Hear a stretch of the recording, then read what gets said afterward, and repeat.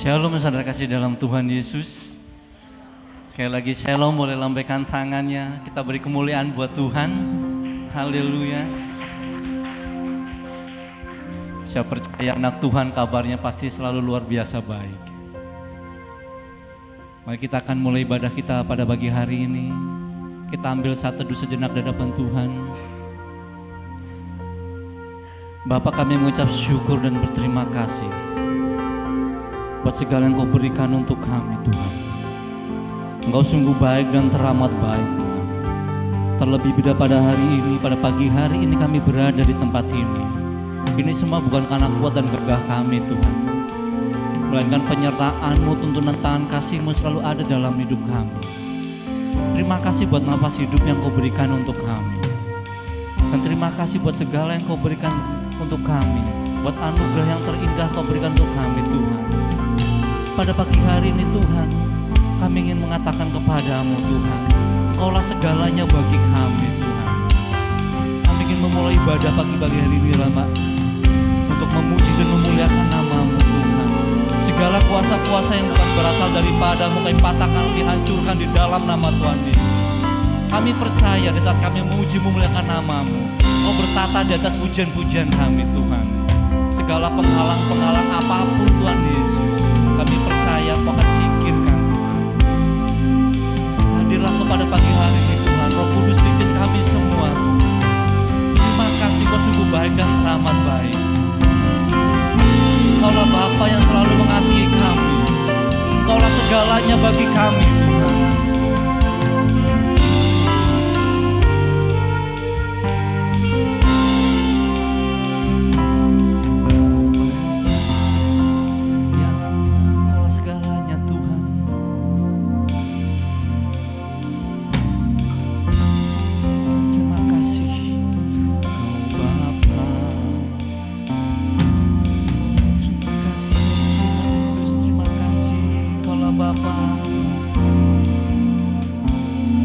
Ada dalam hidup kami, Tuhan. Terima kasih. Baru Kau berikan untukku dapat melihat. Rencana-Mu selalu indah, Tuhan.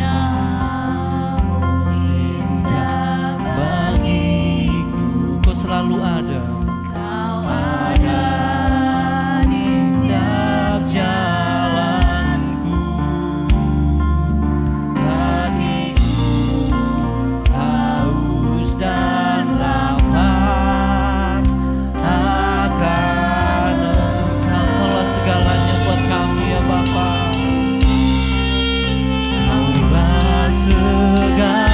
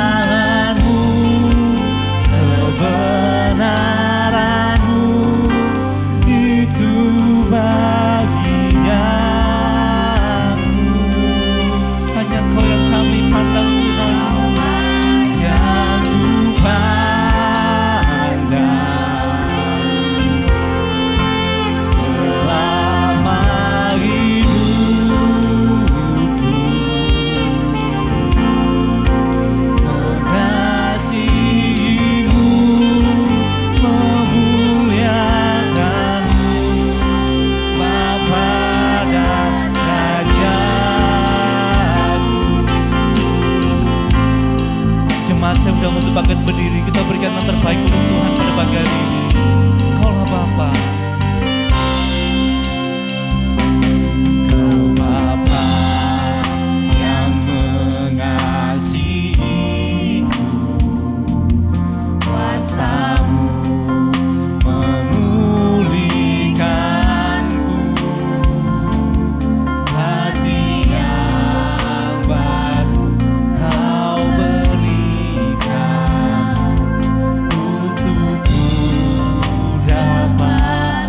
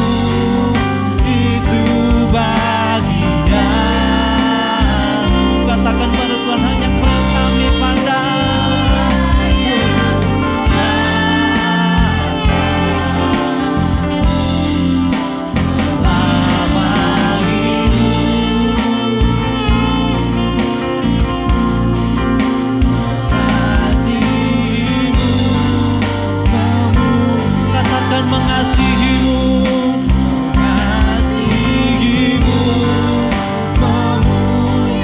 mengasihimu Tuhan, mengasihimu, memuliakanmu, Bapa dan Raja. Mari kita berikan yang terbaik untuk Tuhan. Kita sembah Tuhan, kita bermazmur buat Tuhan pada pagi hari ini. Kaulah segalanya Tuhan.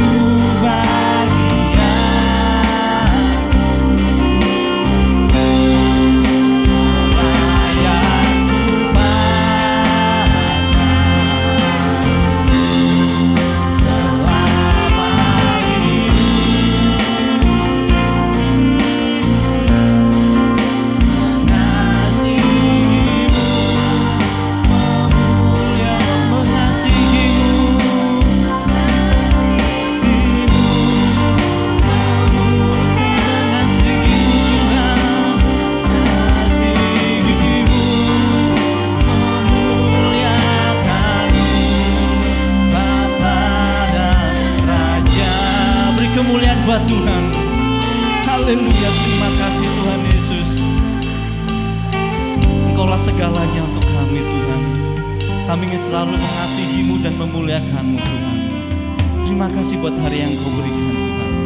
Terima kasih Tuhan Yesus. Kami percaya Tuhan, satu umat-Mu bersatu berkumpul memuji memuliakan nama-Mu Tuhan. Engkau hadir di tempat ini dan Kau bertata di tempat ini Tuhan Yesus. Dan kami percaya Kau menjamah umat-Mu di tempat ini Tuhan, tanpa satu dilewati Tuhan. Kami percaya Tuhan, kuasa-Mu hadir Tuhan. Dan siapapun yang mengalami kelemahan tubuh Tuhan, kami percaya melalui bilir-bilir-Mu akan dipulihkan dan disembuhkan Tuhan. Terima kasih Tuhan Yesus. Kami ingin memuji-Mu, kami ingin bersorak-sorai buat hormat dan kemuliaan bagi nama-Mu Tuhan. Inilah ucapan syukur kami dan kami yang kami alaskan hanya di dalam nama Tuhan Yesus Kristus, yaitu Juru Selamat kami yang hidup. Mari umat yang berbahagia kita sama-sama katakan amin. Sekali lagi shalom. Bisa boleh sapa kanan kirinya, kata apa kabar. Haleluya. Kita percaya kasih Allah akan selalu ada dalam hidup kita, dan Allah selalu baik, dan Allah selalu menyediakan apa yang kita perlukan dan apa yang kita butuhkan. Mari kita bersorak-sorai buat Tuhan, beri kemuliaan buat Tuhan. Allah itu baik.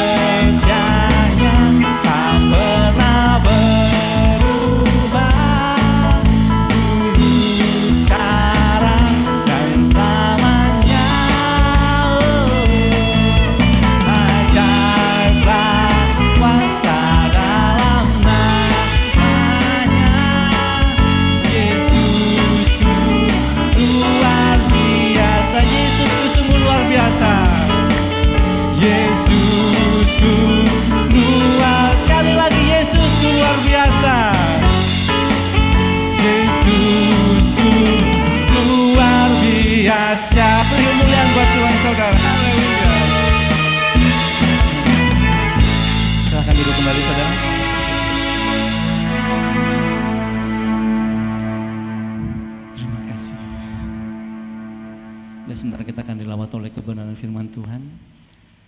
Mari kita siapkan hati kita lebih dalam lagi. Kita percaya di dalam doa akan selalu ada kuasa. Di dalam doa Tuhan akan menggerakkan tangannya untuk menjamah kita semua. Tiada yang mustahil bagi Tuhan. Saat kita menyadarkan hidup kita pada Tuhan, melalui doa-doa yang kita naikkan kepada Tuhan. Terima kasih Tuhan. Bapa, Kau rapi hamba-Mu yang akan menyampaikan kebenaran firman-Mu Tuhan. Biarlah yang keluar dari bibirnya adalah kuasa daripada-Mu saja. Biarlah dalam firman-Mu kami boleh diperbaiki dan kami boleh dipulihkan Tuhan. Terlebih hamba-Mu yang akan menyampaikan kebenaran firman-Mu, diberikan kekuatan Tuhan, diberikan kesehatan Tuhan. Kami percaya kuasa Roh Kudus-Mu yang akan memimpinnya Tuhan Yesus. Terima kasih Tuhan.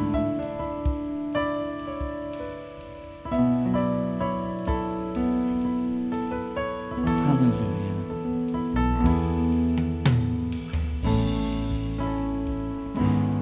Tuhan bekerja, Tuhan menggerakkan tangannya.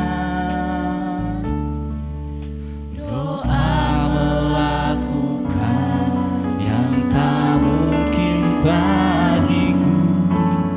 Doa mengubahkan tingkap langit bagiku. Saat berdoa,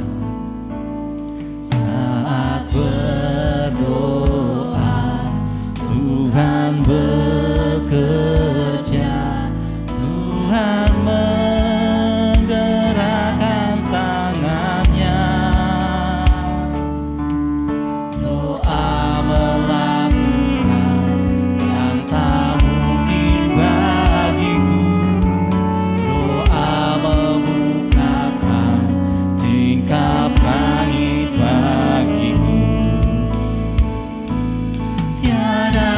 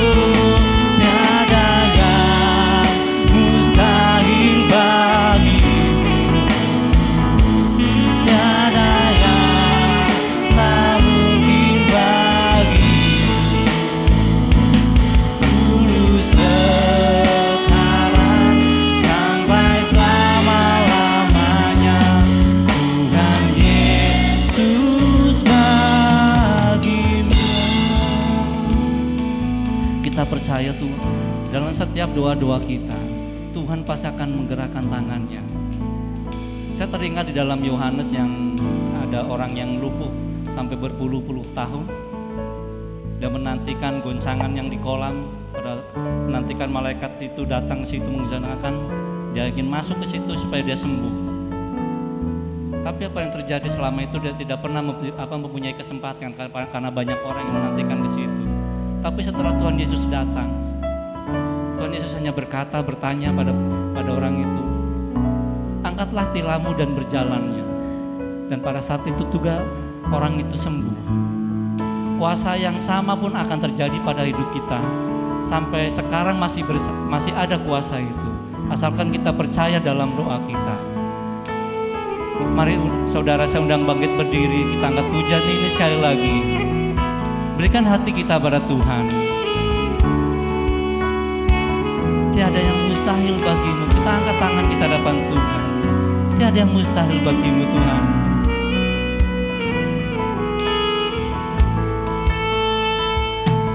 Tiada yang mustahil arahkan hati Anda pada saudara, pada Tuhan.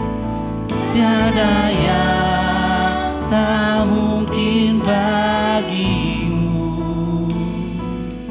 Dulu sekarang sampai selama-lamanya, Tuhan Yesus berkuasa. Tiada yang mustahil, tiada yang mustahil bagimu. Tiada yang tak mungkin bagimu. Dulu sekarang sampai selama-lamanya, Tuhan Yesus oh, tiada yang mustahil bagimu Tuhan. Oh,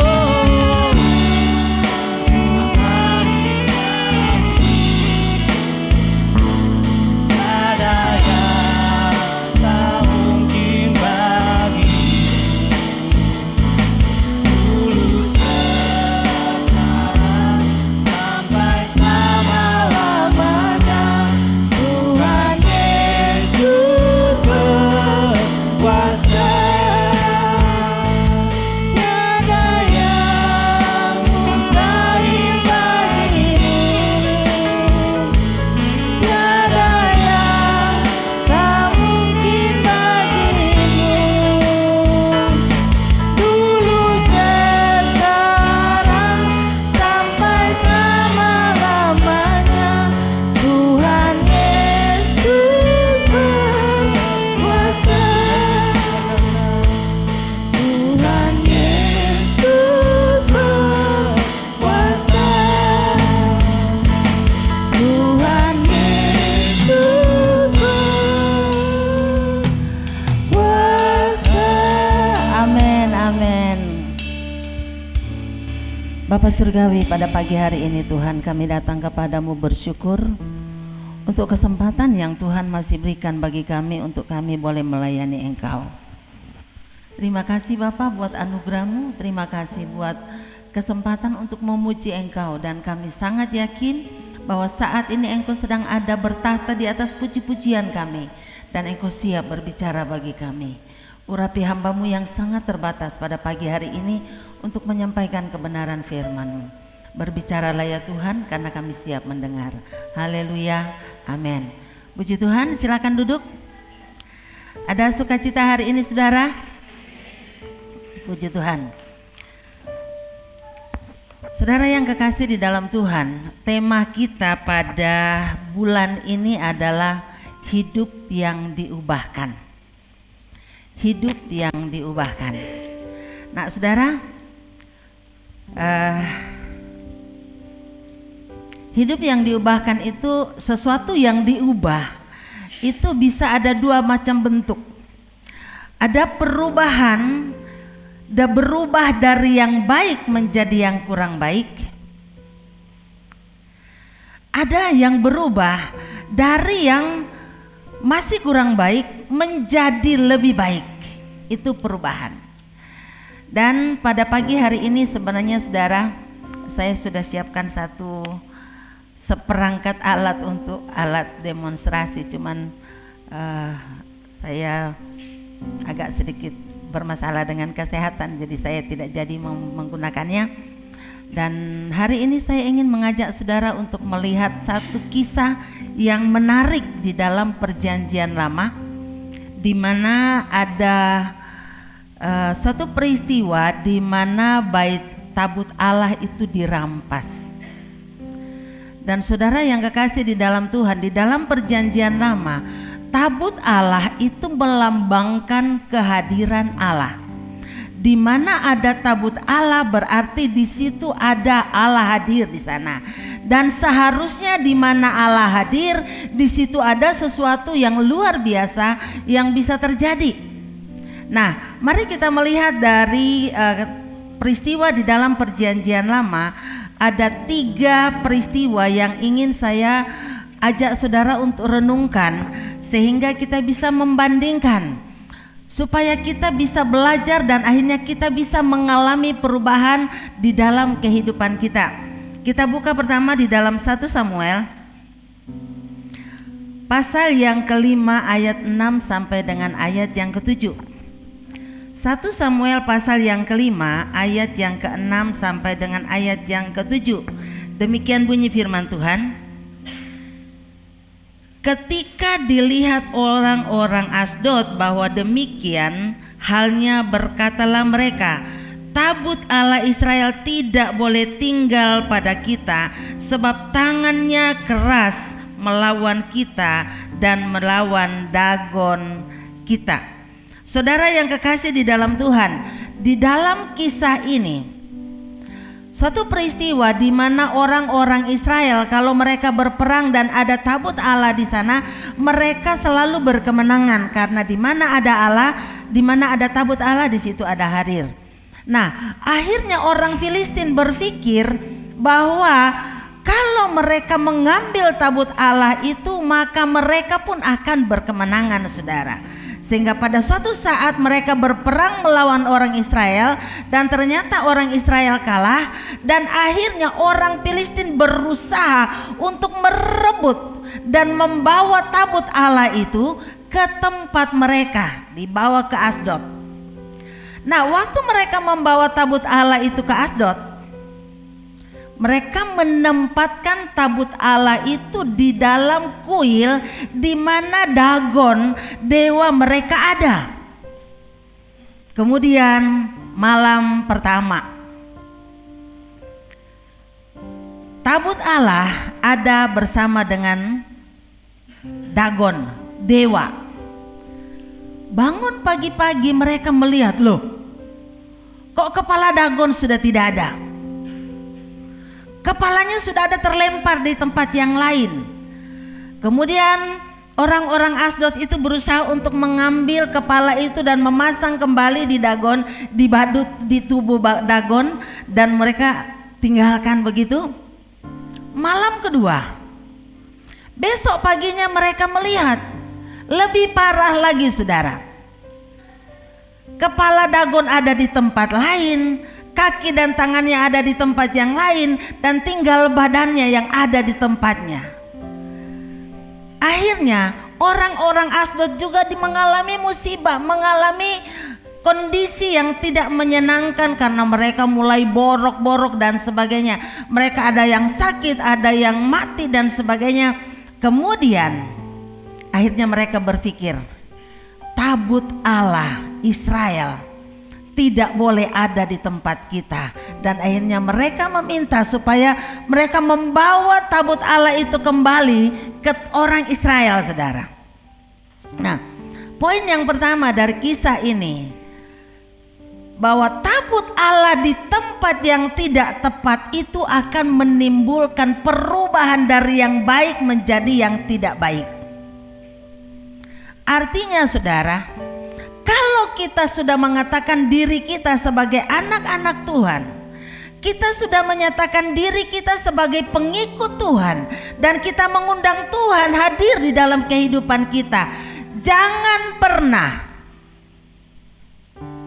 mencoba untuk menyembah atau mencari Allah-Allah lain, karena itu akan membawa keadaan saudara bukannya menjadi lebih baik, tetapi akan menjadi lebih tidak baik. Kalau saudara sudah menyatakan diri, kalau kita sudah mengatakan diri kita anak Tuhan, kita penyembah Tuhan, jangan lagi ada Allah-Allah lain di hadapan kita. Jangan lagi ada kepercayaan-kepercayaan kita kepada sumber-sumber kekuatan lain, Atau kita sudah mengatakan saya menyembah Tuhan, saya mengikut Tuhan, tetapi ternyata kita masih mengandalkan orang pinter. Kita masih mencari ilmu-ilmu ke tempat lain. Kita masih mencari pegangan-pegangan lain dan sebagainya. Masih punya jimat-jimat, masih punya opo-opo, masih punya andalan yang lain. Saudara, saudara sedang membahayakan diri saudara sendiri. Amin saudara. Bukannya saudara menuju kepada yang lebih baik, tetapi saudara akan menjadi lebih tidak baik. Kisah ini menunjukkan orang Asdod, orang-orang Filistin, dia menyembah Dagon, dia menyembah berhala-berhala.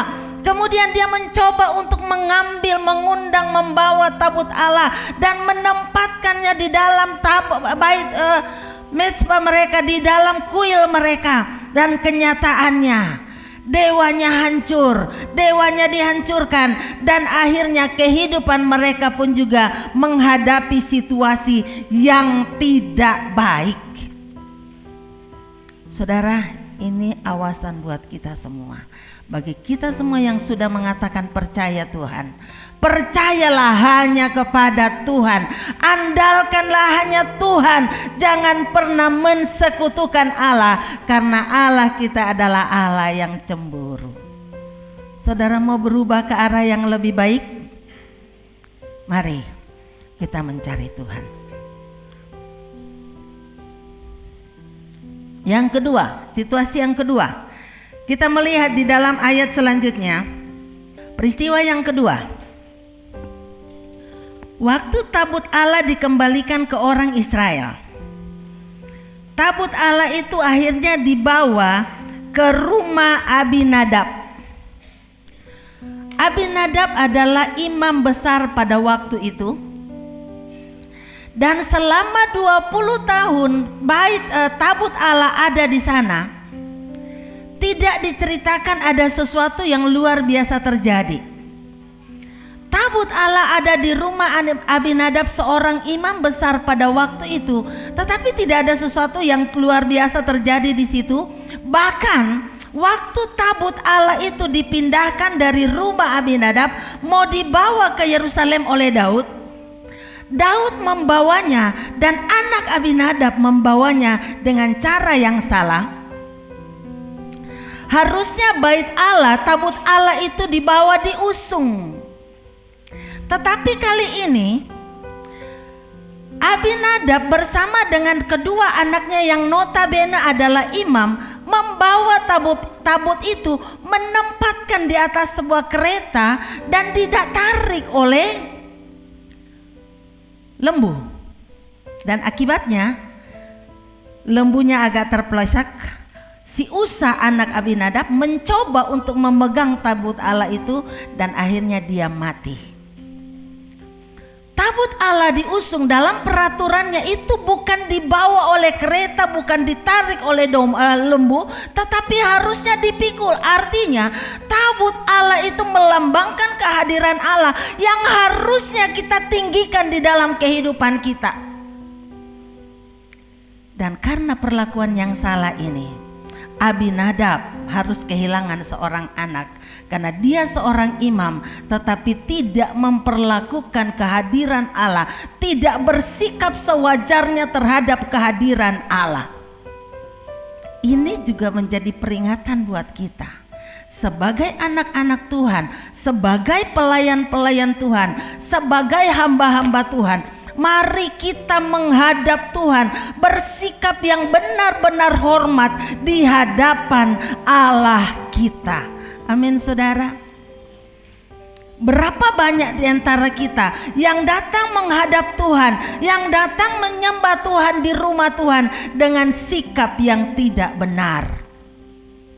Allah kita adalah Allah yang wajib, yang pantut, yang pantas untuk kita berikan penghormatan yang tertinggi. Mari kita datang ke hadapan Tuhan, mari kita datang di hadirat Tuhan dengan sikap hati yang sungguh-sungguh hormat kepada Tuhan. Abinadab tidak mengalami perubahan apa-apa yang drastis walaupun 20 tahun tabut Allah ada di rumahnya. Tapi mari kita melihat dari tokoh yang terakhir ini, yaitu Obed Edom. Di dalam 2 Samuel pasal yang ke-6 ayat 10 sampai 12. 2 Samuel pasal yang ke-10 pasal yang ke-6, 2 Samuel pasal yang ke-6 ayat 10 sampai 12. Di situ dikatakan, ketika mereka sampai ke tempat pengirikan Nakon, maka Usa mengulurkan tangannya kepada tabut Allah itu lalu memegangnya, karena lembu-lembu itu tergelincir. Maka bangkitlah murka Tuhan terhadap Usa, lalu Allah membunuh dia di sana karena keteledorannya.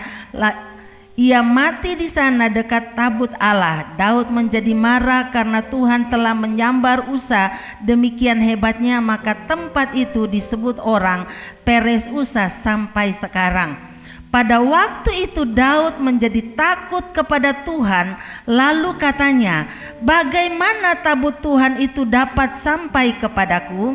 Sebab itu Daud tidak mau memindahkan tabut Tuhan itu ke tempatnya ke kota Daud, tetapi Daud menyimpang dan membawanya ke rumah Obed Edom orang Gad itu.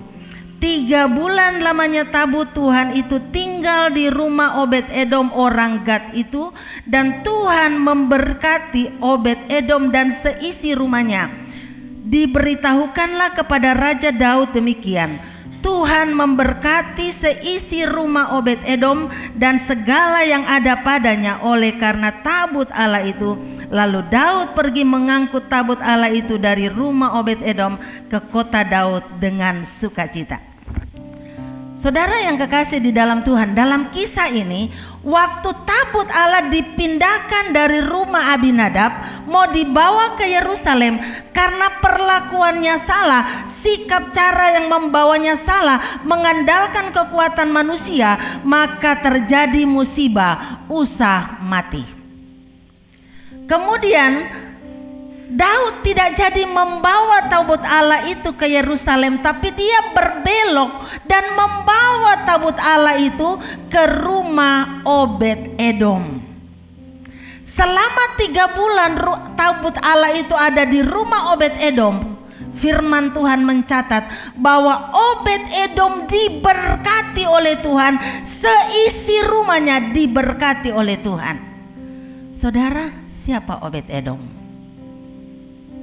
Obed Edom, kata Obed Edom itu artinya, Obed itu artinya hamba, budak.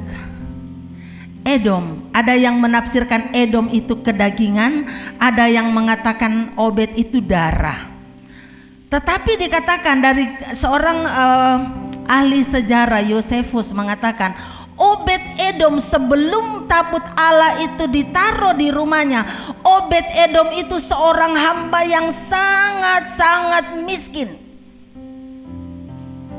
Tetapi waktu tabut Allah ditempatkan di rumahnya, firman Tuhan mengatakan dia diberkati oleh Tuhan, seisi rumahnya diberkati oleh Tuhan. Bahkan kalau kita baca di dalam kitab Tawarik, kita tahu bahwa Obed Edom mengalami perubahan dari yang sangat miskin.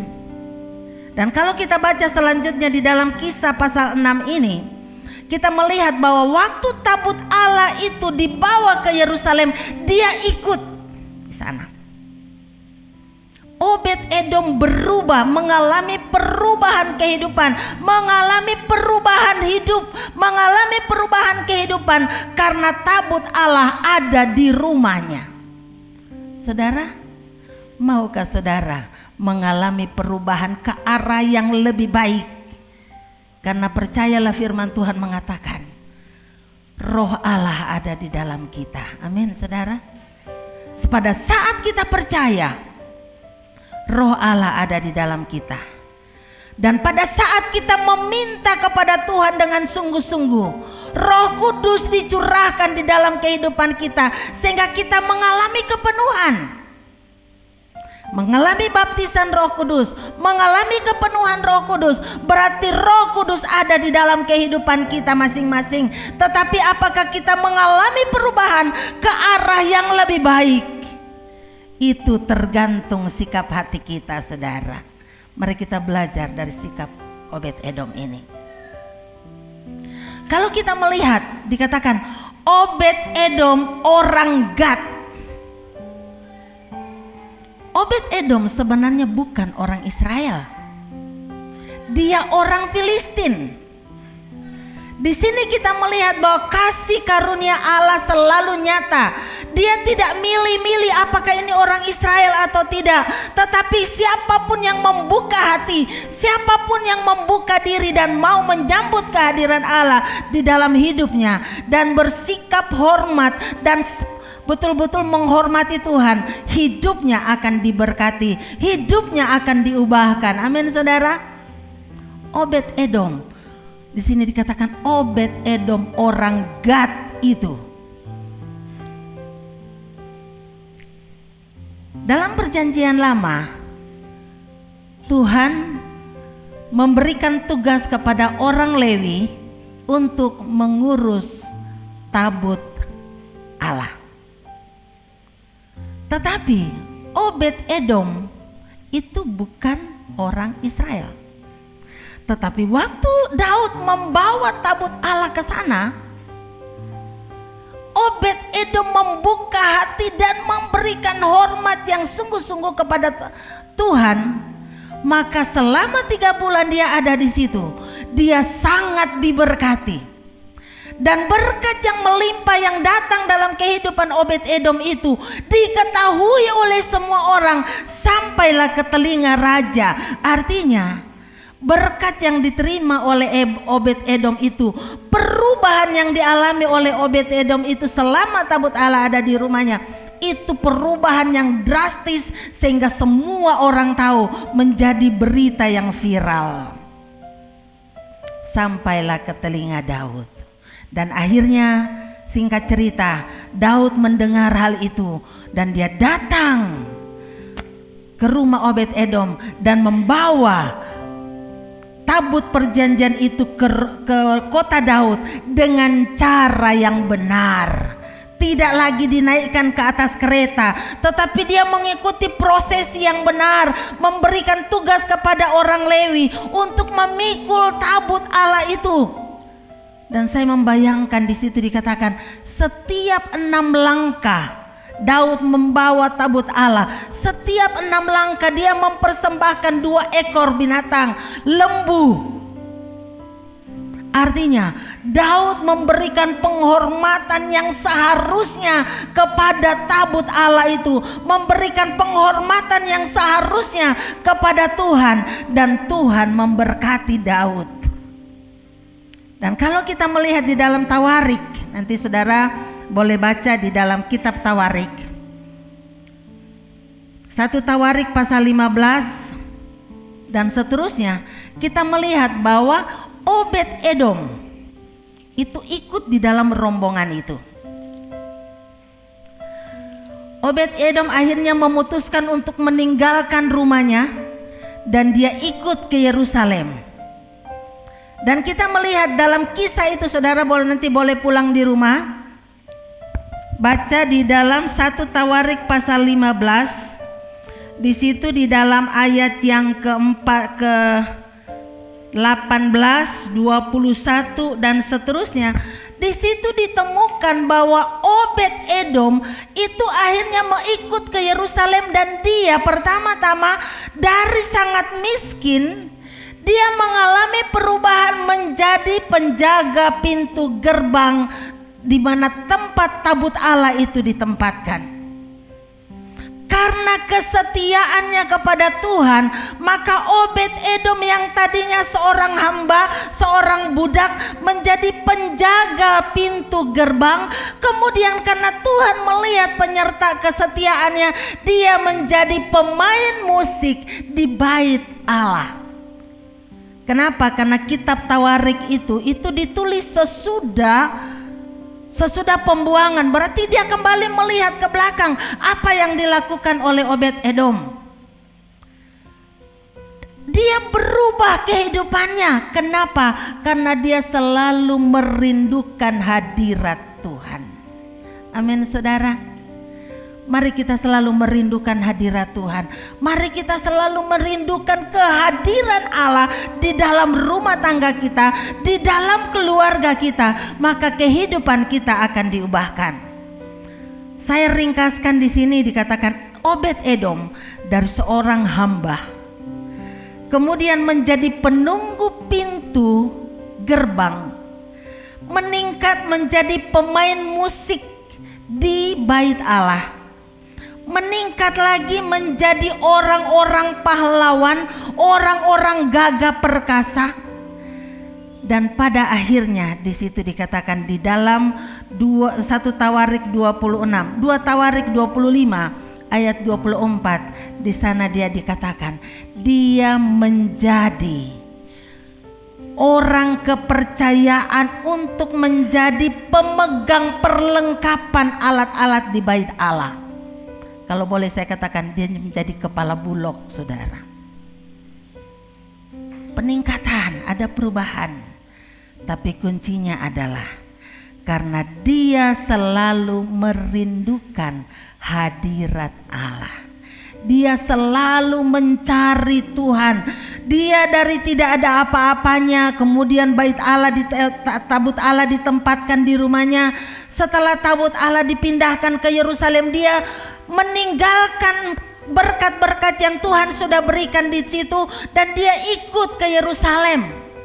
Dia ikut dan dia menjadi pelayan di rumah Tuhan, dan kita melihat bahwa anak cucunya pun menjadi pejabat-pejabat di bait Allah, saudara.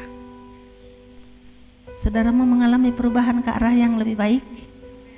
Mari selalu merindukan hadirat Allah.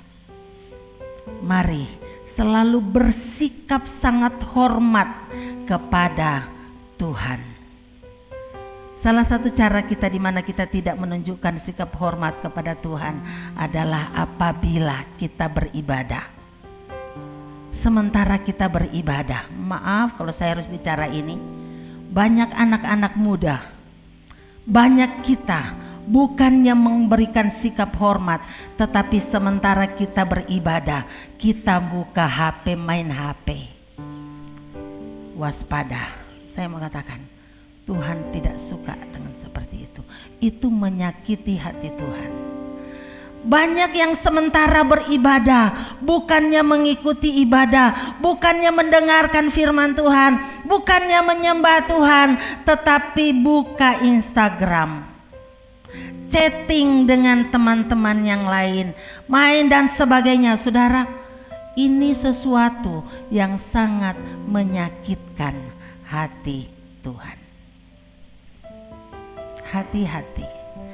Kalaupun sekarang Tuhan masih mengizinkan dan tidak langsung memukul kita sebagaimana dia memukul Usa, saudara, Tuhan masih memberi kita kesempatan. Halo. Ada 3 pesan khusus pada pagi hari ini. Pesan yang pertama, kita yang sudah mengikut Tuhan, kita yang sudah mengatakan saya menyembah Tuhan, saya ikut Tuhan, jangan pernah lagi ada Allah lain di hadapanmu. Jangan lagi ada sesuatu yang kita andalkan selain Tuhan. Jangan lagi pergi cari orang pintar. Jangan lagi pakai jimat-jimat. Jangan lagi pakai sesuatu, karena itu akan membuat keadaan kita bukan menjadi lebih baik, tetapi akan menjadi sangat tidak baik. Amin. Yang dagang gak usah cari penglaris. Yang bekerja nggak usah cari untuk supaya pimpinan pro kepada kita, nggak usah, cari sama Tuhan. Yang muda-muda mau sama cewek-cewek, nggak usah pakai opo-opo segala macam, nggak usah, minta sama Tuhan. Karena itu akan membuat keadaan saudara bukan menjadi lebih baik, tetapi akan berubah ke arah yang tidak baik. Pesan yang kedua, bagi kita yang sudah mengenal Tuhan, apalagi yang menjadi pelayan Tuhan. Mari kita memberikan sikap hormat yang seharusnya kita berikan kepada Tuhan.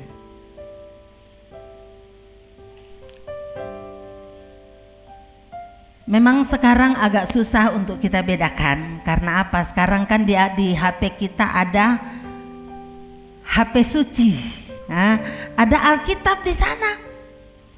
Jadi mungkin waktu kita buka, bukan berarti tidak boleh buka HP, boleh. Tapi yang dibuka apa? Firman Tuhan. Waktu kita di gereja kita buka HP, kita baca firman Tuhan, boleh. Tapi saudara ketahuan loh, ketahuan. Kalau saya bisa buka firman atau saya main yang lain. Karena kalau saya buka firman, saya ini dan lihat begini. Tapi kalau begini, ada gerak-gerak, berarti itu saudara bukan buka firman, tapi saudara sedang chatting. Hati-hati. Yang ketiga, saudara mau diberkati, selalulah merindukan persekutuan dengan Tuhan. Selalu mencari hadirat Allah. Kita sekarang tidak ada lagi tabut Allah di sekitar kita, tetapi di mana firman Tuhan mengatakan, di mana 2 atau 3 orang berkumpul, di situ Allah hadir. Berkumpul dalam nama Tuhan, di situ ada hadir.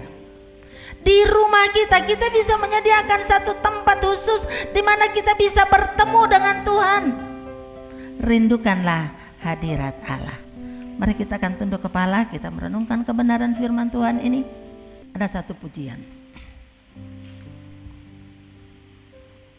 Pujian itu mengatakan, semua yang benar, semua yang mulia, semua yang adil dan suci, semua yang manis, yang sedap didengar, yang disebut kebajikan, yang patut dipuji, pikirkanlah semuanya itu. Kita akan nyanyikan pujian itu, refnya saja.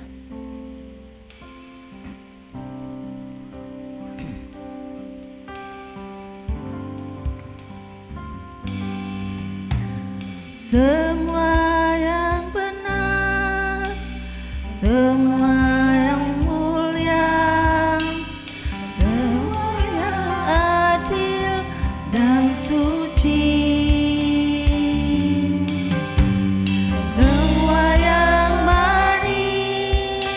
yang sedap didengar, semua kebaikan yang patut dipuji, ku pikirkan semua itu. Semua yang benar, semua yang benar, semua yang semua yang adil dan suci, amin.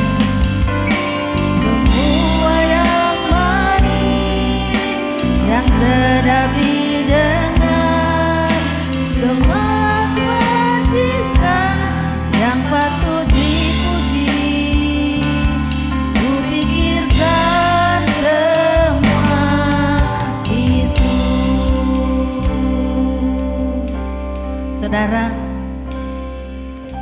bagaimana caranya supaya kita senantiasa merindukan hadirat Allah? Firman Tuhan mengatakan, isi pikiran kita dengan semua yang benar, semua yang mulia, semua yang suci, semua yang adil, semua yang manis, semua yang sedap didengar. Biarlah itu yang mengisi pikiran kita, sehingga hari lepas hari pikiran kita akan diisi oleh semua yang benar. Saya mengajak saudara untuk merenungkan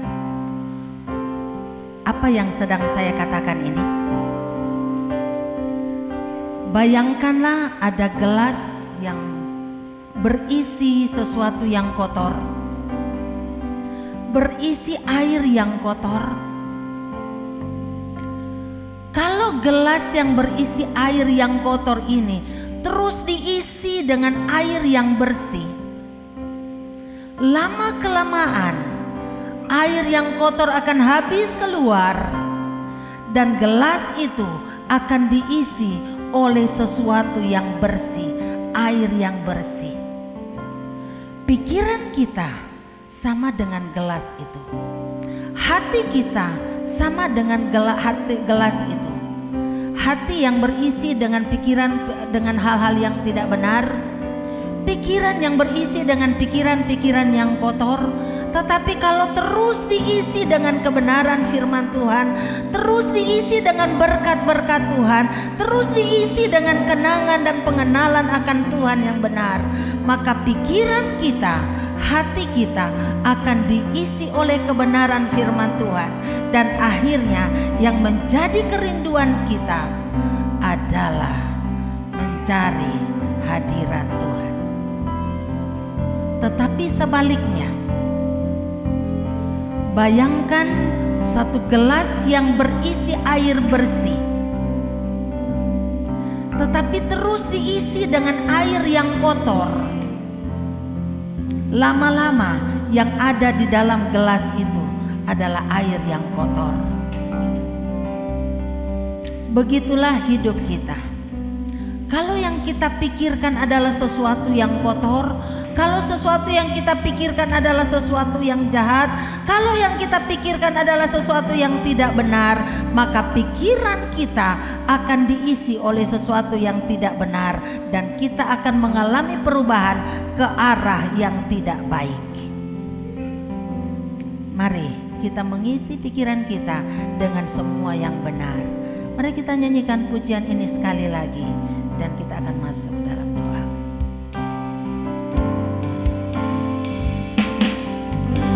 Semua yang benar, semua yang mulia, semua yang adil dan suci,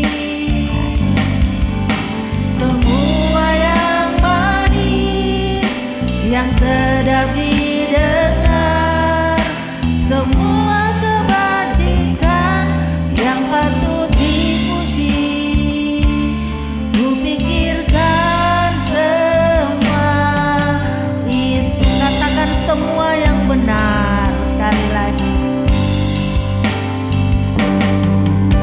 Semua yang benar, semua yang mulia, semua yang adil dan suci,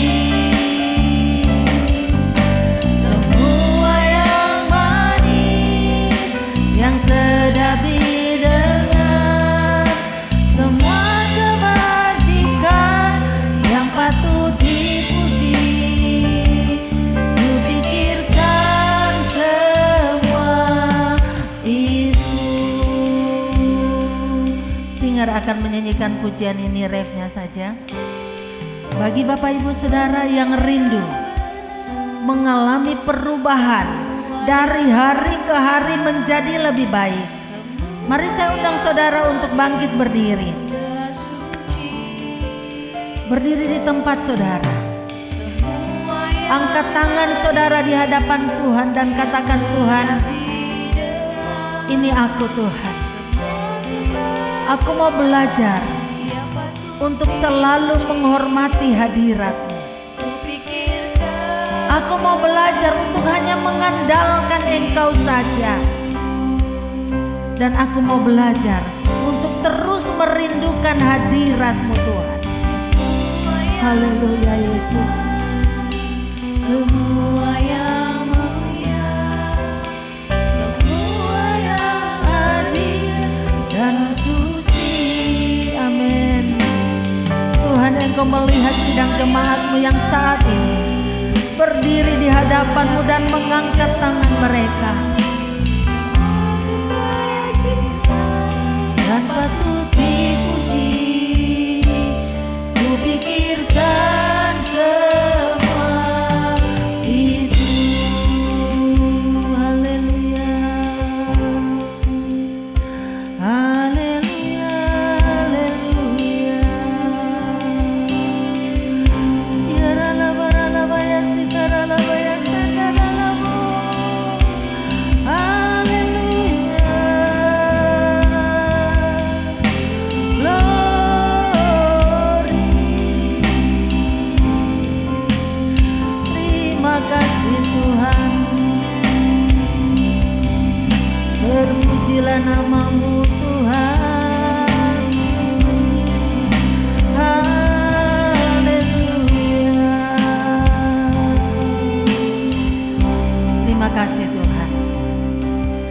surgawi, Engkau melihat sidang jemaat-Mu yang saat ini berdiri di hadapan-Mu, mengangkat tangan mereka Tuhan.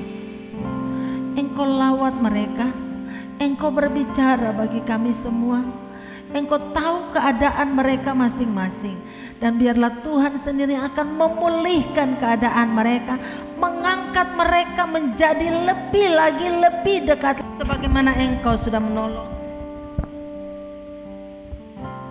sebagaimana Engkau menolong Obed-Edom Tuhan, Engkau juga yang akan menolong umat-Mu yang saat ini sedang berdiri di hadapan-Mu. Tuhan, terima kasih Bapa. Beracaralah dengan kami semua. Engkau mengenal keadaan kami masing-masing. Engkau akan melawat kami. Terima kasih Tuhan. Terpujilah nama-Mu. Bapa, hamba berdoa buat kami semua yang ada pada pagi hari ini. Beracaralah dan berbicara di dalam hati kami masing-masing, sehingga kami menjadi anak-anak Tuhan yang sungguh-sungguh menghormati hadirat-Mu. Kami menjadi anak-anak Tuhan yang sungguh-sungguh hanya mengandalkan Engkau. Kami menjadi anak Tuhan yang selalu merindukan hadirat-Mu, sehingga tidak ada satu hari pun yang kami lewatkan tanpa mencari wajah-Mu. Terima kasih Tuhan. Kami juga berdoa pada pagi hari ini untuk penerimaan murid baru di Hosana. Kami bersyukur Tuhan buat murid-murid yang Tuhan sudah kirim dan sedang Tuhan gerakkan untuk datang ke Hosana, dan Tuhan akan mengirimkan murid-murid karena Tuhan sudah menyediakan tempat, Tuhan sudah membuka, memberi kami visi untuk membangun sekolah. Tuhan juga yang akan mengirimkan murid-murid yang akan dididik di Hosana. Kami terus berdoa juga untuk pembangunan ya Tuhan. Kami bersyukur untuk donatur yang Tuhan sudah berkati, yang Tuhan sudah pakai untuk memberkati kami dan mendukung pembangunan sekolah. Apapun usahanya, apapun pekerjaannya, berkati dia, berkati keluarganya, dan Tuhan berikan yang terbaik bagi hamba-hamba-Mu yang sudah menjadi donatur buat gereja, buat sekolah ya Tuhan. Kami juga terus berdoa untuk pemerintah kami. Tuhan akan memberi hikmat kepada pemerintah kami. Tuhan akan melindungi mereka sehingga mereka dapat memimpin bangsa ini di dalam takut akan Tuhan, dan hari lepas hari bangsa kami akan semakin menuju kepada masyarakat yang adil dan makmur. Terpujilah nama-Mu Bapa. Bapa kami yang di surga, dikuduskanlah nama-Mu, datanglah kerajaan-Mu, jadilah kehendak-Mu di bumi seperti di surga. Berikanlah kami pada hari ini makanan kami yang secukupnya, dan ampunilah kami akan kesalahan kami, seperti kami juga sudah mengampuni orang yang bersalah kepada kami. Dan janganlah membawa kami ke dalam pencobaan, tapi lepaskanlah kami daripada yang jahat. Karena Engkau-lah yang mempunyai kerajaan dan kuasa dan kemuliaan sampai selama-lamanya. Angkatlah kedua tangan saudara dan terimalah berkat Tuhan. Tuhan memberkati engkau dan melindungi engkau. Tuhan menyinari engkau dengan wajah-Nya dan memberi engkau kasih karunia. Tuhan menghadapkan wajah-Nya kepadamu dan memberi engkau damai sejahtera. Kiranya damai sejahtera Allah yang melampaui segala akal menguasai hati, pikiran dan perasaan kita semua mulai hari ini sampai Maranatha Tuhan Yesus datang kembali. Haleluya. Amin. Bapa, terima kasih.